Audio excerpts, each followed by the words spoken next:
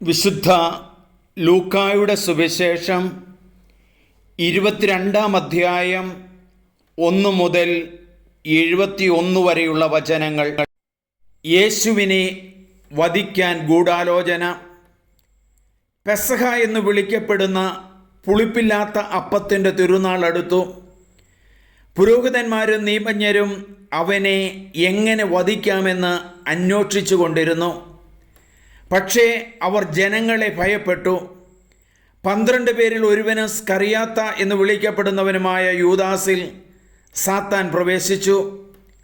അവൻ പുരോഹിത പ്രമുഖരെയും സേനാധിപന്മാരെയും സമീപിച്ച് എങ്ങനെയാണ് യേശുവിനെ അവർക്ക് ഒറ്റിക്കൊടുക്കേണ്ടത് എന്ന് ആലോചിച്ചു. അവർ സന്തോഷിച്ച് അവന് പണം കൊടുക്കാമെന്ന് വാഗ്ദാനം ചെയ്തു. അവൻ അവർക്ക് വാക്കുകൊടുത്തു. ജനക്കൂട്ടമില്ലാത്തപ്പോൾ അവനെ ഒറ്റിക്കൊടുക്കാൻ അവൻ അവസരം പാർത്തുകൊണ്ടിരുന്നു. ശിഷ്യന്മാർ പെസഹ ഒരുക്കുന്നു. പെസഹ കുഞ്ഞാടിനെ ബലി കഴിക്കേണ്ടിയിരുന്ന പുളിപ്പില്ലാത്ത അപ്പത്തിൻ്റെ ദിനം വന്നു ചേർന്നു. യേശു പത്രോസിനെയും യോഹന്നാനെയും അയച്ചുകൊണ്ട് പറഞ്ഞു, നിങ്ങൾ പോയി നമുക്ക് പെസഹ ഭക്ഷിക്കേണ്ടതിന് ഒരുക്കങ്ങൾ ചെയ്യുവിൻ.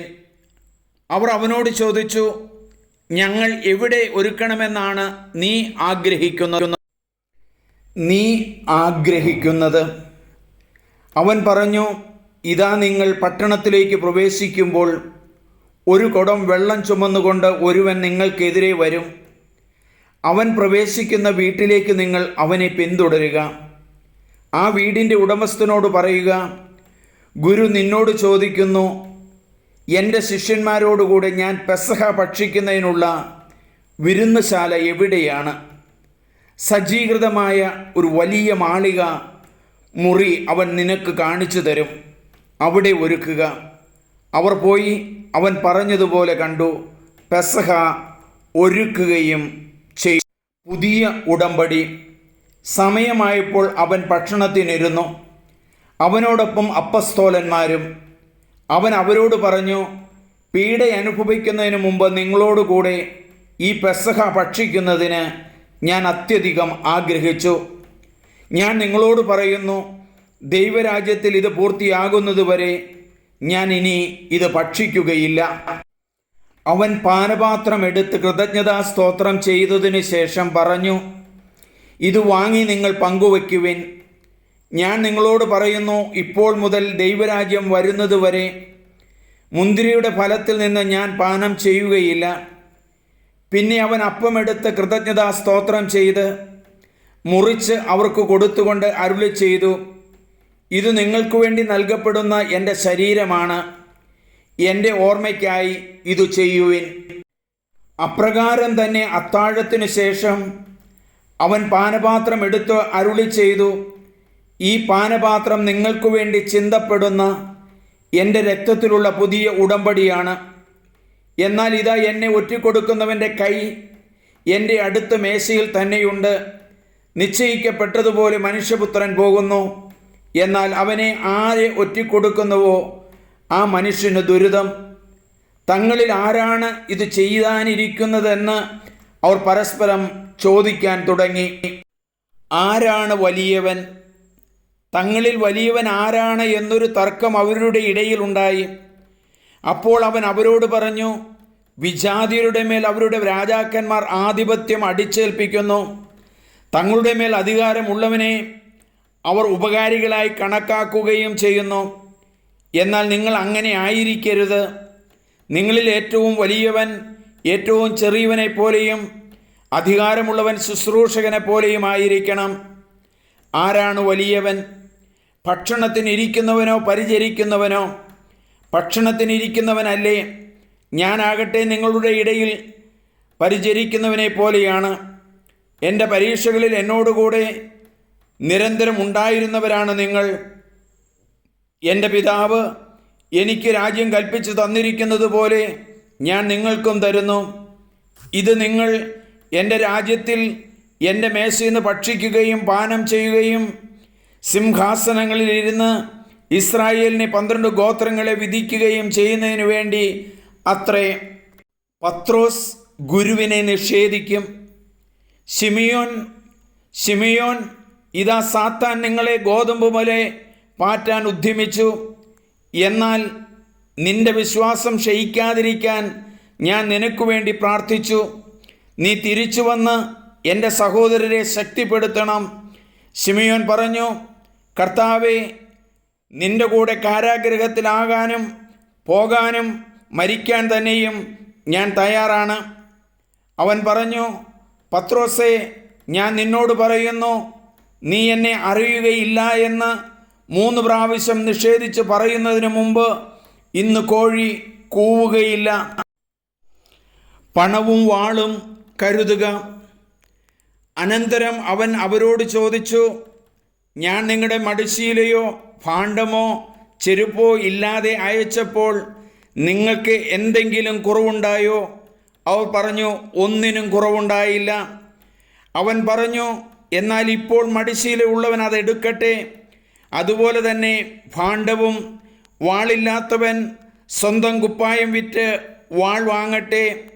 ഞാൻ നിങ്ങളോട് പറയുന്നു, അവൻ നിയമലംഘകരോടുകൂടെ എണ്ണപ്പെട്ടു എന്ന് എഴുതപ്പെട്ടിരിക്കുന്നത് എന്നിൽ നിവൃത്തിയാകേണ്ടിയിരിക്കുന്നു. എന്തെന്നാൽ എന്നെപ്പറ്റി എഴുതപ്പെട്ടിരിക്കുന്നത് പൂർത്തിയാകേണ്ടതാണ്. അവൻ പറഞ്ഞു, കർത്താവേ, ഇതാ ഇവിടെ 2 വാളുണ്ട്. അവൻ പറഞ്ഞു, മതി. ഗെത്സേമനിയിൽ പ്രാർത്ഥിക്കുന്നു. അവൻ പുറത്തു വന്ന് പതിവ് പോലെ ഒലിവുമലയിലേക്ക് പോയി. ശിഷ്യന്മാരും അവനെ പിന്തുടർന്നു. അവിടെ എത്തിയപ്പോൾ അവൻ അവരോട് പറഞ്ഞു, നിങ്ങൾ പരീക്ഷയിൽ ഉൾപ്പെടാതിരിക്കാൻ പ്രാർത്ഥിക്കുവിൻ. അവൻ അവരിൽ നിന്ന് ഒരു കല്ലേറു ദൂരം മാറി മുട്ടിന്മേൽ വീണ് പ്രാർത്ഥിച്ചു, പിതാവേ, അങ്ങേക്കിഷ്ടമെങ്കിൽ ഈ പാനപാത്രം എന്നിൽ നിന്ന് അകറ്റണമേ.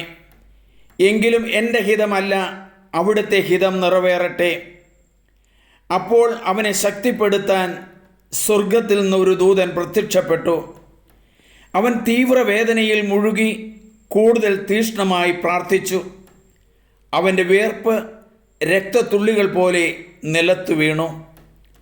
അവൻ പ്രാർത്ഥന കഴിഞ്ഞ് എഴുന്നേറ്റ് ശിഷ്യന്മാരുടെ അടുത്ത് വന്നപ്പോൾ അവർ വ്യസനം നിമിത്തം തളർന്ന് ഉറങ്ങുന്നത് കണ്ടു. അവൻ അവരോട് ചോദിച്ചു, നിങ്ങൾ ഉറങ്ങുന്നതെന്ത്?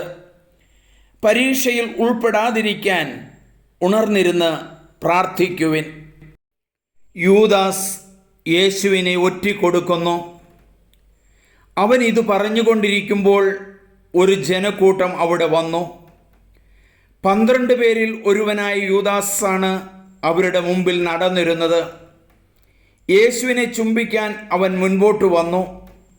യേശു അവനോട് ചോദിച്ചു, യൂദാസേ, ചുംബനം കൊണ്ടോ നീ മനുഷ്യപുത്രനെ ഒറ്റിക്കൊടുക്കുന്നത്?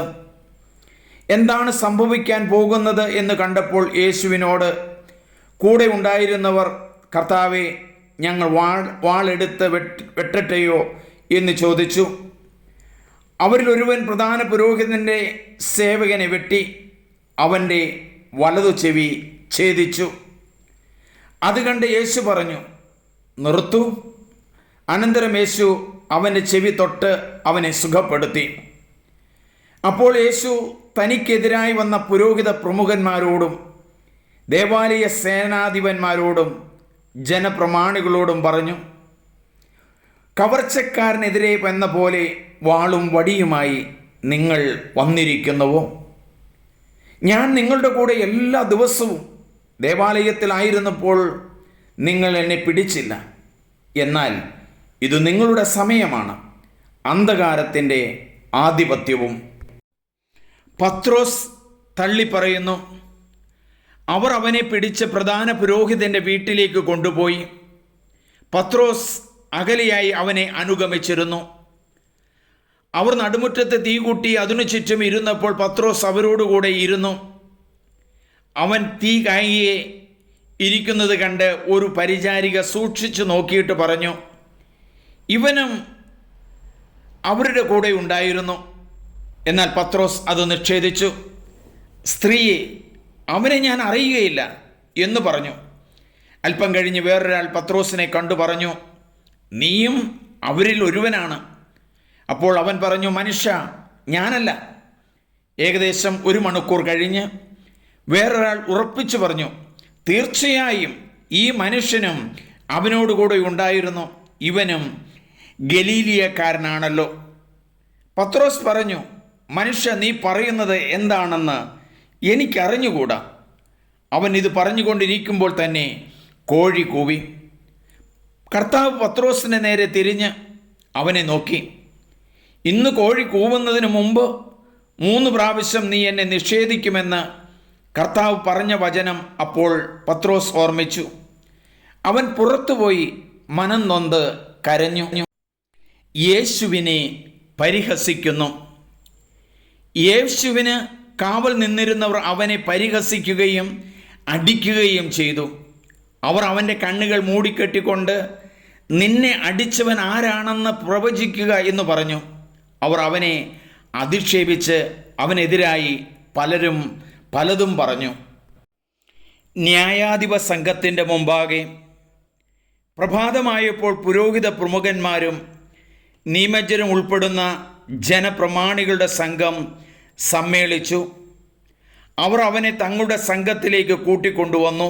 പറഞ്ഞു, നീ ക്രിസ്തുവാണെങ്കിൽ ഇത് ഞങ്ങളോട് പറയുക. അവൻ അവരോട് പറഞ്ഞു, ഞാൻ പറഞ്ഞാൽ നിങ്ങൾ വിശ്വസിക്കുകയില്ല, ഞാൻ ചോദിച്ചാൽ നിങ്ങൾ ഉത്തരം തരുകയുമില്ല. ഇപ്പോൾ മുതൽ മനുഷ്യപുത്രൻ ദൈവശക്തിയുടെ വലതുവശത്തിരിക്കും. അവരെല്ലാവരും കൂടെ ചോദിച്ചു, അങ്ങനെയെങ്കിൽ നീ ദൈവപുത്രനാണോ? അവൻ പറഞ്ഞു, നിങ്ങൾ തന്നെ പറയുന്നല്ലോ ഞാനാണെന്ന്. അവർ പറഞ്ഞു, ഇനി നമുക്ക് വേറെ സാക്ഷ്യം എന്തിന്? അവൻ്റെ നാവിൽ നിന്ന് തന്നെ നാം അത് കേട്ടുകഴിഞ്ഞു. ക്രിസ്മസിന് ഒരുക്കമായിട്ടുള്ള ബൈബിൾ വായനകളാണ് നമ്മൾ നടത്തിക്കൊണ്ടിരുന്നത്. 22-ാം തീയതി വായിക്കാനുള്ള വചനമാണിത്. ഇത് നിങ്ങൾ മറ്റുള്ളവർക്ക് ഷെയർ ചെയ്യണം, സബ്സ്ക്രൈബ് ചെയ്യണം. ദൈവവചനം മറ്റുള്ളവരുടെ ഇടയിൽ പ്രചരിക്കുമ്പോൾ ആഴമേറിയ നല്ല ഒരു അനുഭവമായി മാറും. സബ്സ്ക്രൈബ് ചെയ്യുക. സണ്ണി പുൽപ്പറമ്പ്.